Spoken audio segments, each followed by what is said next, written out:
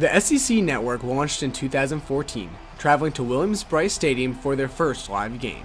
Since then, the Gamecocks have been one of their most featured teams. USC decided the network was a golden opportunity to gain exposure for their smaller sports programs. USC spent an estimated $3 million to update the school's production facilities, allowing live broadcasts to be done at every athletics venue. All the production comes back to one of the two control rooms in Williams-Brice Stadium, where Director of Live Operations David Cockfield runs the live broadcasts for the SEC Network and SEC Plus. There are certain things that we are doing that the university could never purchase. The opportunities for students, the recognition we're getting outside of the area, students who are able to see us. And while he is not a coach or athlete, he believes it's been a great tool for recruiting, allowing USC's smaller programs to get more exposure. Being a parent of an athlete, the academics are first. Being able to see them is just gravy. Gamecock broadcaster Brad Muller agrees, saying that there's been a huge impact at USC.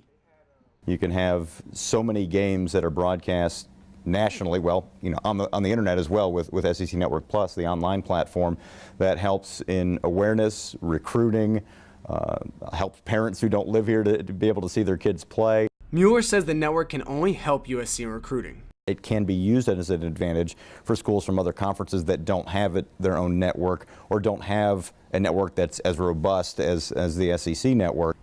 While the athletic department and people around USC Athletics see the SEC Network as something that has increased exposure and benefited the school overall, some coaches and athletes don't think that it's helped with recruiting or success.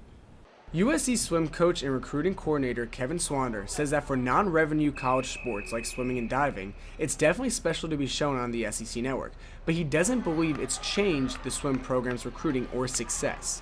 No, we don't get caught up in that because we're such a small slice of the pie on the SEC Network.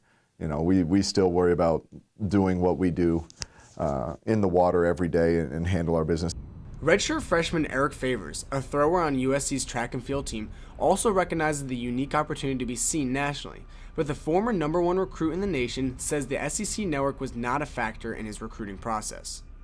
I wouldn't say, no, not really. I wasn't really thinking about that. I was just thinking coming to the SEC, great competition, just like, I don't know, this is where I wanted to be. In talking with dozens of other athletes, most admit that they don't even mention the SEC Network when hosting recruits. They said what the SEC Network does is show people the greatness that has existed in the SEC, not bring more talent to the conference, believing USC's programs would still be successful without the SEC Network's exposure. I mean, I think it would still do good because we're in the top conference, really. But the SEC Network still has helped in other areas.